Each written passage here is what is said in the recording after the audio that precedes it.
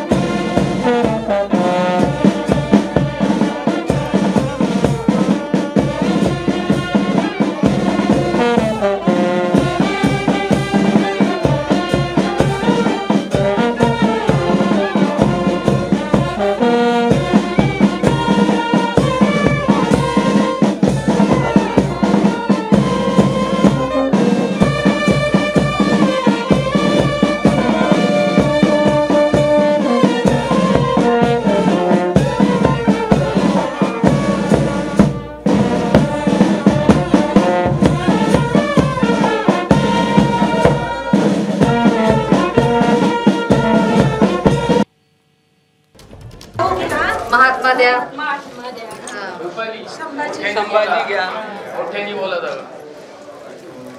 तर छत्रपती शिवरायांचा जन्मोत्सव जन्मदिवस हा एका सणापेक्षा किंवा उत्सवापेक्षा अजिबातच कमी नसतो आणि तोच उत्साह आज किल्ले शिवनेरीसह सर्वत्र आपल्याला जाणवतोय, राज्यभरात आणि देशातही।